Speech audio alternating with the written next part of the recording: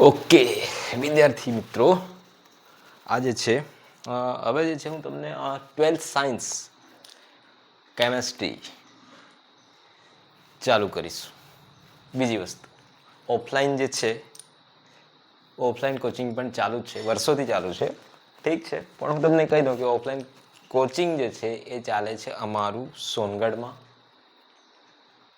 Alpha coaching academy, સાથે Kunal sir રહેશે physics માટે, મેથ્સ માટે ચેતન સર તમે સંપર્ક કરી શકો, કેમેસ્ટ્રી માટે આપણે છે જ, ઠીક છે. તો તમે આલ્ફા કોચિંગ એકેડેમી જો ઓફલાઈન આપણા આટલા વિસ્તારના છોકરાઓ બાળકો જો આ વસ્તુ તમને સારી લાગે તો ઓફલાઈન તમે જોઈન કરવા માંગતા હોય તો સંપર્ક તમારો મને જ કરી લેશો યુટ્યુબ પર. બીજી વસ્તુ, એડ્રેસ તમને કહી દઉં તો કે એડ્રેસ જે છે Songadh alpha coaching academy, location રહેશે વાણિયા ફળિયું, જૂના ગામ. ઓકે, ઠીક છે. તો 12 સાયન્સ માટે ચાલુ કરીએ. આપણું જે 12 સાયન્સમાં પહેલું ચેપ્ટર જે છે એ કયું છે તો કે એ છે તમારું સોલ્યુશન.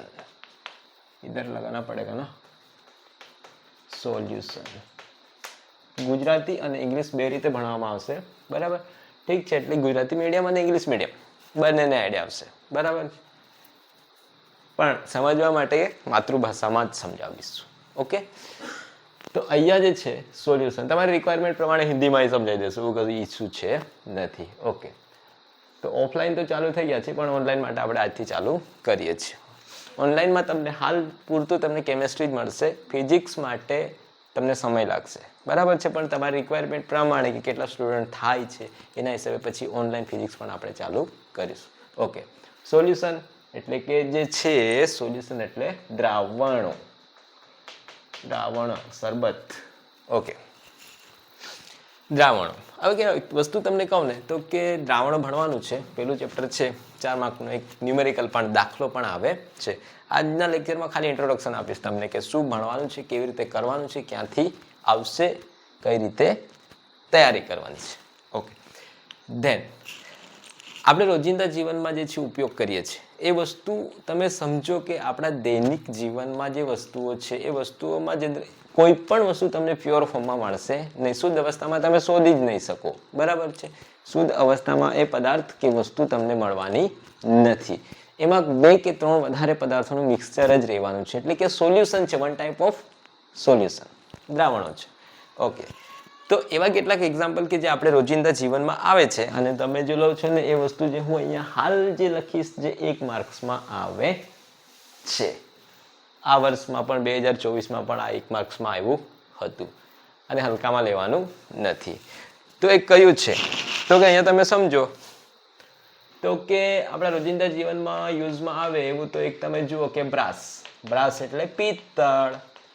તો કે પિત્તળ જે છે એ પિત્તળમાં કોનું મિક્સચર છે તો પિત્તળમાં મિક્સચર છે કોપર અને ઝિંક મેટલનું મિક્સચર છે.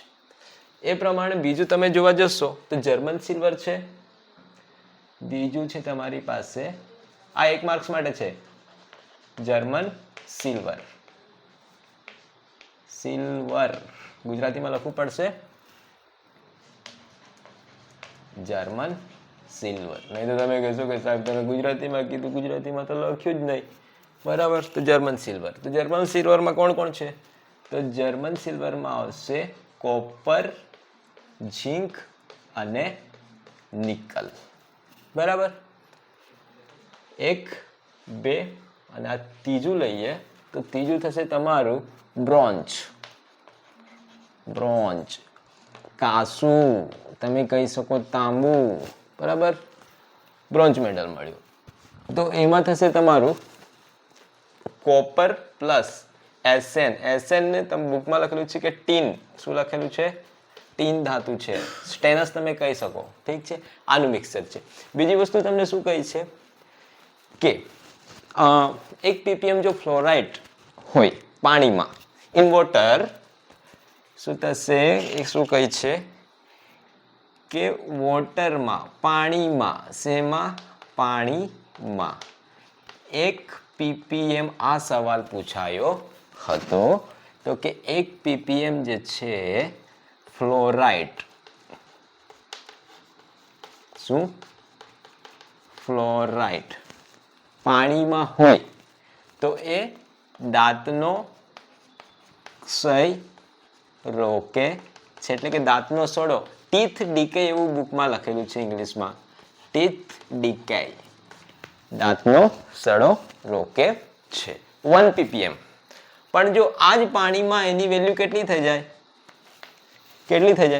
તો કે 1.5 ppm 1.5 ppm તો આ તમારું નુકસાનકારક છે પોઈઝનસ પોઈઝન બની જાય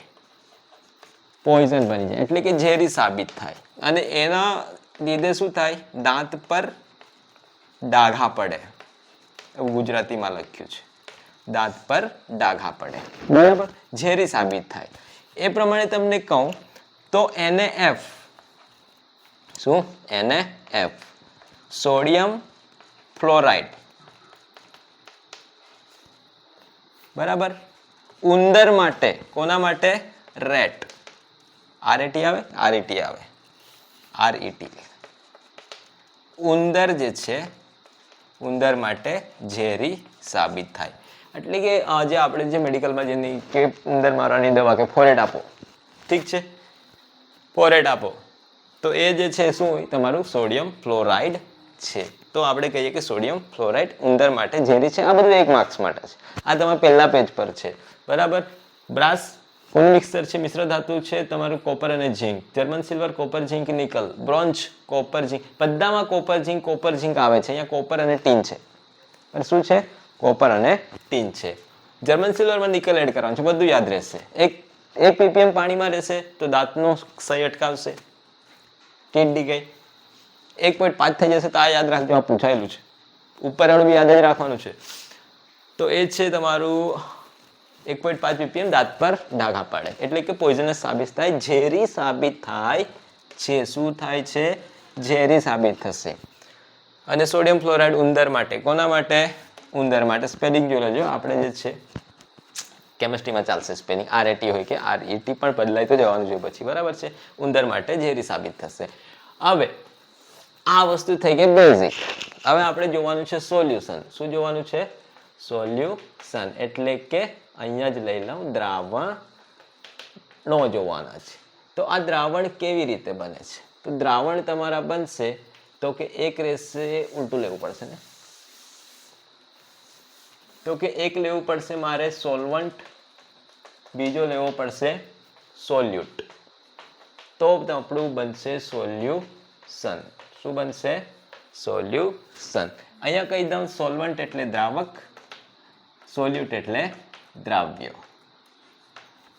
શું દ્રાવ્ય અને આ થઈ જશે દ્રાવણ હવે જે વસ્તુ તમને કહું દ્રાવણમાં આ સોલ્વન્ટ શું છે અને સોલ્યુટ શું છે કે સોલ્વન્ટ એટલે કે સોલ્યુશનમાં જેનું પ્રમાણ હાઈ વધારે હોય જે ઘટકનું પ્રમાણ વધારે હોય અહીંયા થશે સોલ્યુટ એટલે લેસર ઓછું હોય જે ઘટકનું પ્રમાણ ઓછું હોય તેને આપણે કહીશું દ્રાવ્ય બંને ભેગા થશે એટલે દ્રાવણ બનશે હવે બીજી આઈટમ તમને કહું કે અહીંયા સોલ્વન્ટ અને સોલ્યુટ બે જ છે એટલે આપણે અહીંયા જે ભણવાના છે એ સોલ્યુશન કેવા રહેશે એ સોલ્યુશન આપણા બાઇનરી સોલ્યુશન રહેશે કયા દ્વિઅંગી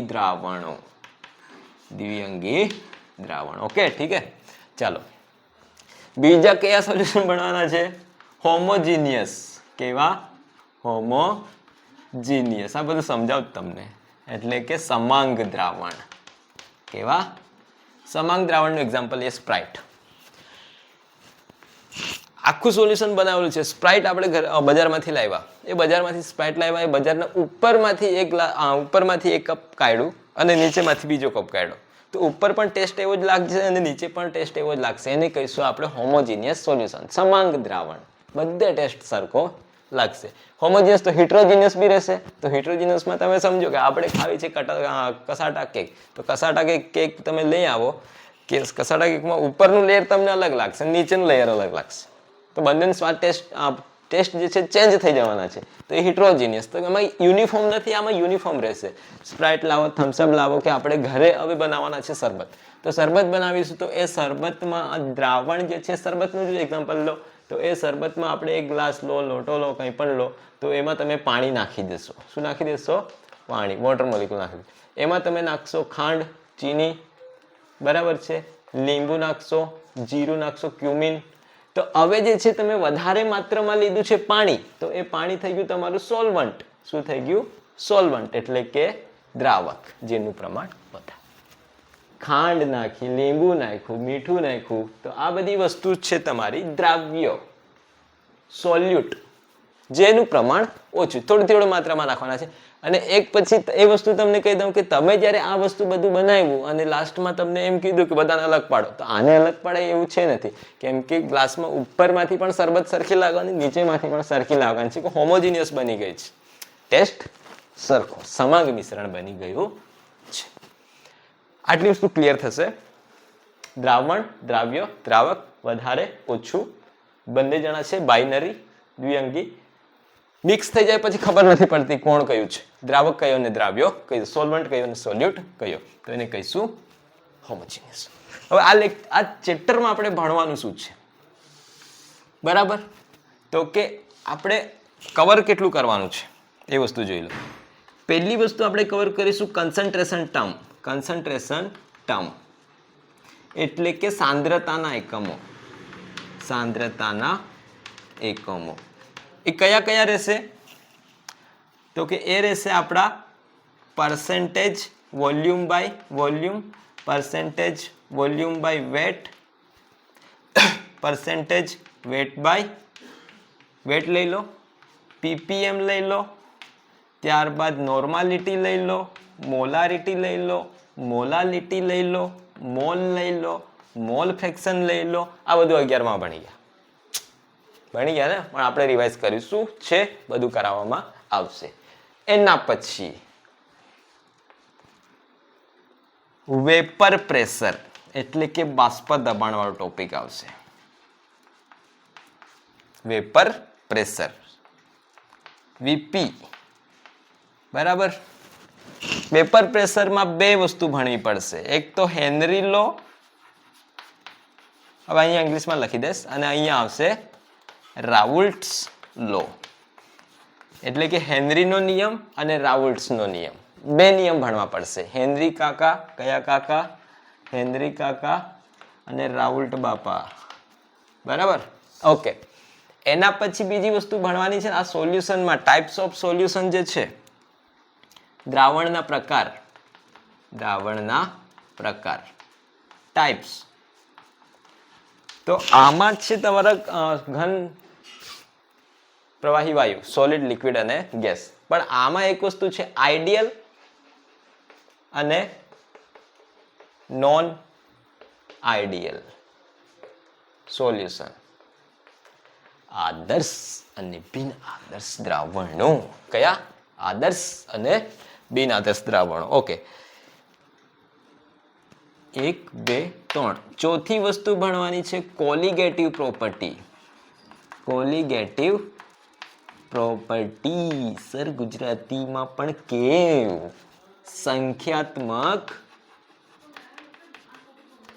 संख्यात्मक गुणधर्मो. इसमें क्या पढ़ना है? એમાં ભણવાનું છે એક RLVP, રાઉલ્ટનો બીજો નિયમ, બાષ્પ દબાણમાં થતો ઘટાડો. RLVP ભણવાનું છે. બીજું એલિવેશન ઓફ બોઇલિંગ પોઈન્ટ, ઉત્કલન બિંદુ ઉન્નયન. ત્રીજી વસ્તુ ડિપ્રેશન ઓફ ફ્રીઝિંગ પોઈન્ટ, ઠાર બિંદુ અવનયન. બીજું 1 2 3. ચોથું લઈએ ઓસ્મોટિક પ્રેશર. ગુજરાતી વાળા કહેશો સર ગુજરાતીમાં લખો અભિસરણ દબાણ. કયું? અભિસરણ દબાણ. લાસ્ટ ટોપિક ભણવાનો છે इधर ले लेते हैं, वॉन्ट ऑफ फैक्टर, कहो want of factor, want of अवयव गुजराती में वॉन्ट ऑफ अवयव। ओके, આજના લેક્ચરમાં તમારે આ યાદ રાખો, આ યાદ રાખો, આ એક માર્ક માટે આ થોડું ઇન્ટ્રોડક્શન છે, કાલે લઈ લેશું આપણે આ વસ્તુ ભણીશું કન્સન્ટ્રેશન, સાંદ્રતાના એકમ, આ બધું તમને આવડે છે, 11માં લઈ લીધું છે, બરાબર છે, એ વસ્તુ છે, જેટલું ભણવાનું છે એટલું અહીંયા કહી દીધું છે, બાકીના ન્યુમેરિકલ 4 માર્કમાં આવશે, આપણે કરતા જશું, કામ કરતા જશું અને હાક મારતા જશું, બરાબર છે। આવતા માર્ચમાં આપણે ધડાકો બોલાવવાનો છે। ओके, यहाँ तक रखते हैं, सोल्यूशन હવે ચાલુ કરી દીધું છે 12મા ધોરણ માટે, તો બને ત્યાં સુધી આ વસ્તુ પહોંચાડવાની ટ્રાય કરજો। ઓકે, તેને અહીંયા સુધી રાખીએ।